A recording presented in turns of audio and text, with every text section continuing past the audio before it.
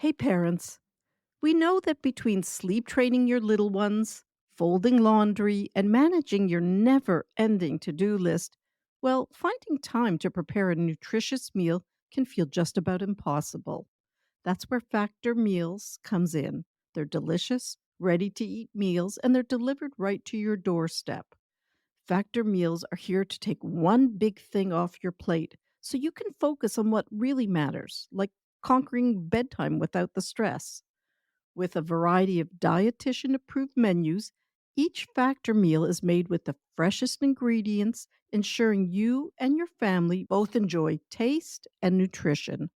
Check out factormeals.com/toddler50 and use the code toddler50 to get 50% off your first box and 20% off your second box.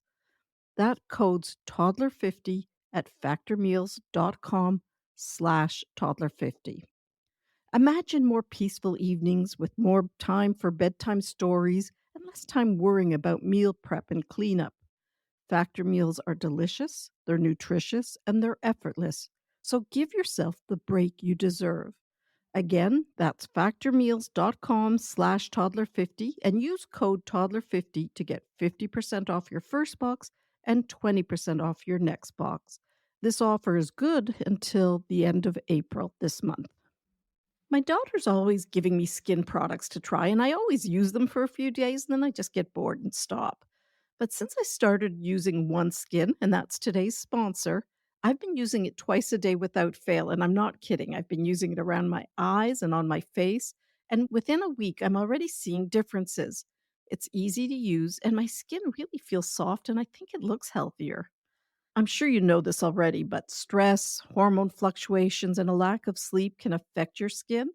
From dry skin to dark spots and acne, your complexion may not be where it used to be, and that's totally normal. However, OneSkin can really help. I like this company. It's an all women team of scientists, and they've developed a peptide called OS1, and it improves the health of your skin basically from inside out. In other words, it gets to the root of the problem. And as a physician, it's important to me that the benefits have been backed by studies. Now, for the first time, I'm recommending a skincare product to my daughter. So you can get started today with 15% off using the code Toddlers at oneskin.co. That's 15% off oneskin.co with the code Toddlers. Now, after you purchase, they're going to ask you where you heard about them. So please let them know that Toddlers Made Easy referred you to them, as that's one way of supporting the show. Welcome to Toddlers Made Easy, where there's no fluff, just practical, research-based, 15 minutes or less parenting strategies. For those of you who don't know me, I'm Dr. Catherine, a pediatrician with more than 33 years of experience. I'm the author of 2 parenting books, the founder of Healthiest Baby, and the mother of 4 amazing adult kids, and let's not forget Smudge, my great big golden doodle. Today, let's talk about a common struggle many parents face. Picture Sarah trying yet again to get her 4-year-old Max to swap his usual waffles for some fruit salad. He's not having it, and Sarah's really trying hard to stay patient. She's hoping that by eating the fruit herself, Alex might just give it a try. Does this sound familiar? Let's dive into the world of picky eaters. Now, I'm going to share a little personal tidbit with you. Full disclosure here. I really dislike fish. Somehow or other, my kids love it. But I've tried it for its health benefits, but it's not easy to eat something you really dislike, and I really dislike it. So I really understand the struggle with picky eating. As a pediatrician, I've looked after thousands of families facing these issues, and I know how hard it is to have a picky eater. And that's why today's episode is about how to prevent picky eating habits. Because I've found preventing a problem is much easier than trying to fix it. Now, you'll find these generalizations will apply to picky eaters as well. It's not just about preventing picky eating habits, but the focus is on that. So most toddlers are picky eaters at some point in their life. They need to feel that sense of control, and I know I tell you this over and over, but it is the reason for so many difficult habits.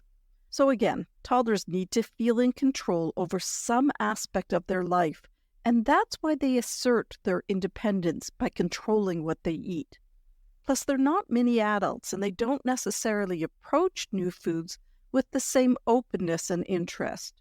Plus, from a developmental point of view, there are many weird little quirky habits that toddlers have around food, and let's look at some of these.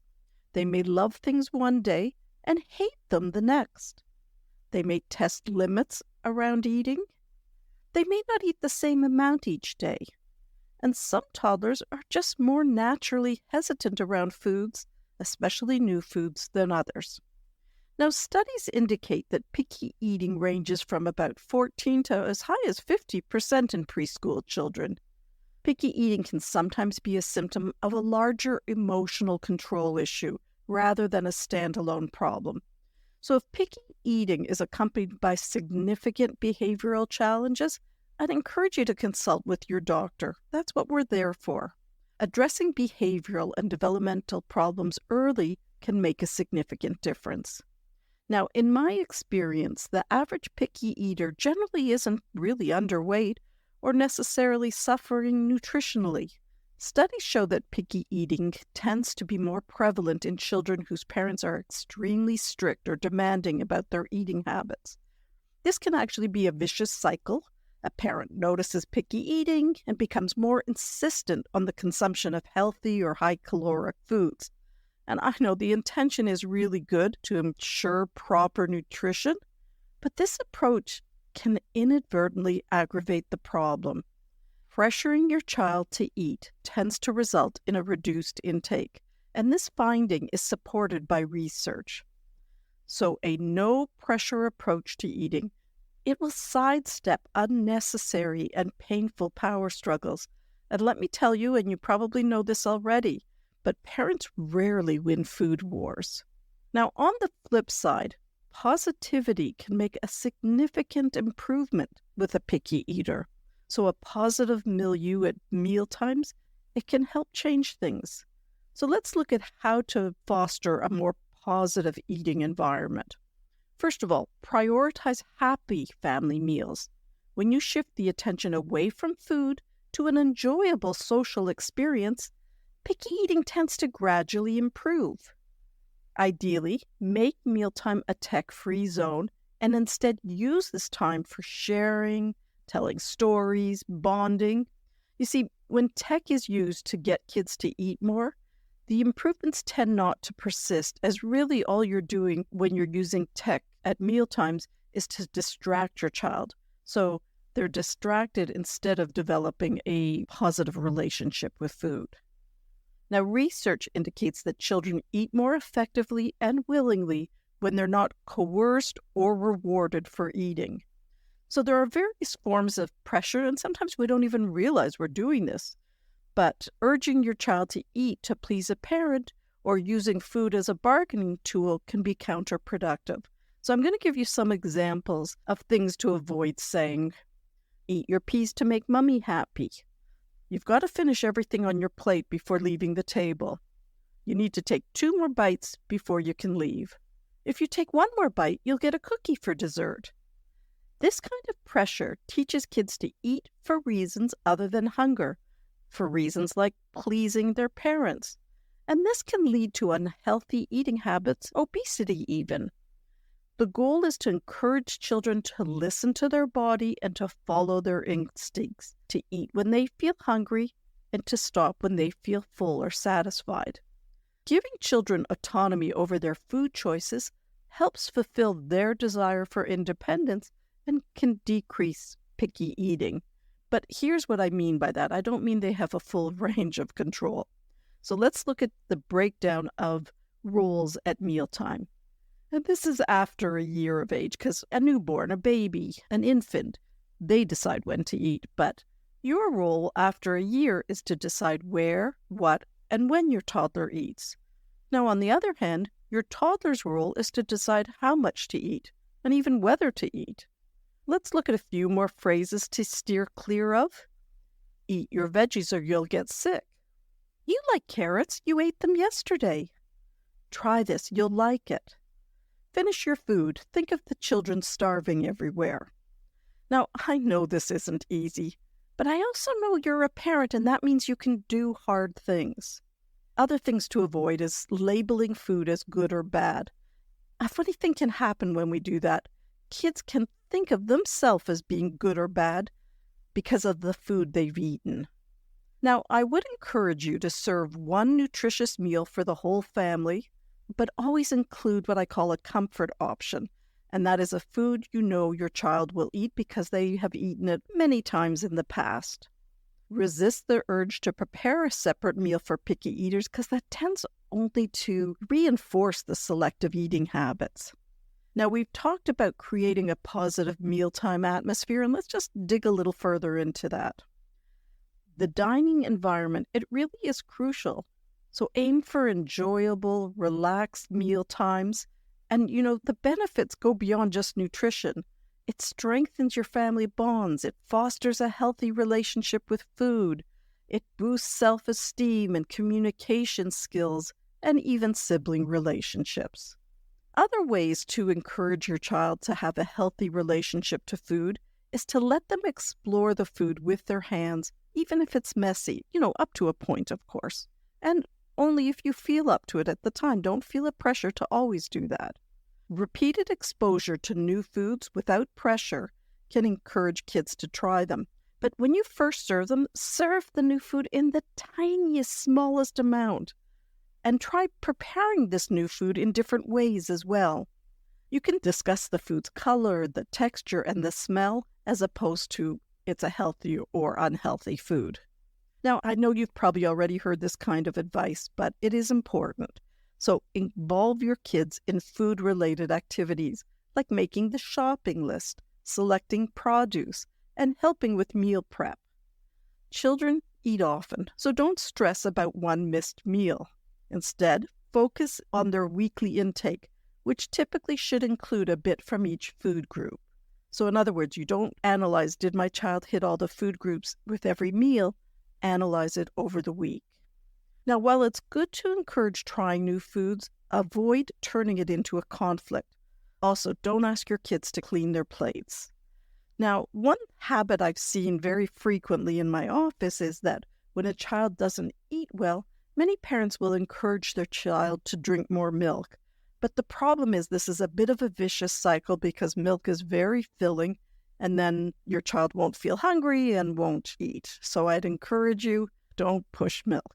Get your child involved in mealtime planning and cooking, browse recipes together, experiment with new dishes, and make grocery shopping a joint activity if you feel up to it and it doesn't have to be all the time. So remember, changes in eating habits will take time. If you feel stuck, chat with your healthcare provider for some further support. Now, before we go, I'd like to just share a story from Sheila about a problem she's having with potty training her daughter. Now, this may seem confusing that I'm including this question after talking about picky eating, but I've often found that many picky eaters are constipated, and so I wanted to discuss this now and here. I'm going to share the question this mom sent me. We first tried potty training when my daughter was 2.5 years old. Peeing went smoothly, but pooping was really a struggle. When we started, she actually held her poop for 3 days until we gave her a constipation smoothie. But this was really stressful for both of us, so we decided to back off. When we tried again at 3 years of age, she was more confident with the peeing and she was even using the big toilet.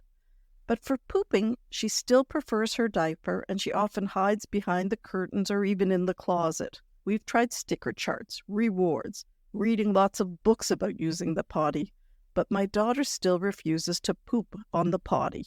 Now, I wonder if we've given this too much attention. I remember one time we celebrated a small success too much. Perhaps we put pressure on her. Now she's older and starting preschool, and I'm at a loss of what to do. She's a sensitive child and a bit shy. Dr. Catherine, what should I do? So Sheila, thank you for your email. It sounds like you've been really thoughtful in your approach to potty training. And that's fantastic, and there is no reason to be hard on yourself.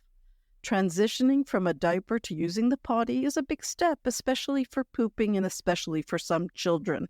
And there's several reasons why a child might resist to poop in the potty. Let's look at a few of these. They might have had a painful experience with a hard stool. It's easier to poop when you're standing.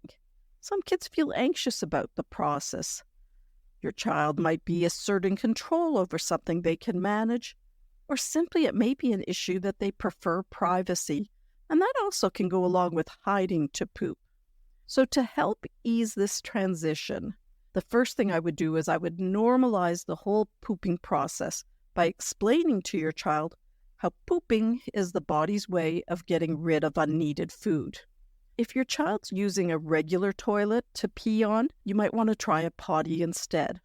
Or at least use a stool and a toilet insert so your child feels safe on the toilet and only has to focus on one thing and not on being balanced. Also, I would really consider privacy concerns and offer your child privacy while she's in the bathroom. Constipation is one of the most common reasons for a child to avoid wanting to poop in the potty. And I see this every single day in my practice. If you think your child might be constipated, and let me tell you, you can have a poop every day and still be constipated. So instead of thinking about constipation, think, is my child passing hard and big stools? If the answer to that is yes, or also, to be honest with you, it could be pellet-like stools. Both of those reflect constipation. I would actually suggest you go look at something called the Bristol stool chart, because it will show you pictures of what a normal poop looks like versus a constipated one. Now, if your child does seem constipated, I would increase the natural fiber in their diet from fruits and vegetables and increase their water uptake. Usually that works best at preventing constipation, but if you think your child is already constipated, I would use a daily constipation smoothie until her stools are soft. If you're potty training and you've tried the constipation smoothies for a week and she still has either pellet-sized stools or generous stools, I would actually talk with your healthcare provider because often a stool softener is needed. Also, limit your cow's milk intake to no more than 2 cups a day. So Sheila, with regards to your daughter, the first thing I would do is use constipation smoothies to get her to a soft stool. Regardless of whether you think she's constipated, it's easier to pass a soft stool, especially when sitting on the toilet. So I would keep her soft for at least a week before saying a word about pooping on the toilet. You want her memory to be that of passing a soft stool, so she thinks of it as something easy to do. Then I'd explain to her that you'd like her to have a poop on the potty because she's doing just such a great job with peeing on it. You might want to also ask your child what makes her afraid of using the potty to have a poop and how can you help her? So we're going to do the dietary changes. I'd for sure offer your child some privacy. I'd encourage her to take some toys or books with her into the bathroom during potty time. And although we generally don't want a prompt for decreasing the pressure, I would invite your child to use the potty after mealtimes, as the body has a reflex to go poop then, and it may make it a little easier. You might also consider just asking your child to sit on the potty and have her poop in the potty wearing a diaper as an initial step. I think you've done a fantastic job of taking a no-pressure approach. Now, I would encourage you to keep up the no pressure, but to give her a little nudge towards making the change, because sometimes we need that, and that's our job as parents. I'd love to hear back from you and let me know how things go. I hope this gives you enough ideas to get started with. If you're looking for more support over these crazy, awesome toddler years, please check out our online courses. We've got Toddlers Made Easy and Potty Training Made Easy. And these are big-hearted approaches to all those tricky toddler moments. You'll find the links in the show notes. Have a wonderful week. Thank you for listening, and I'll see you next week.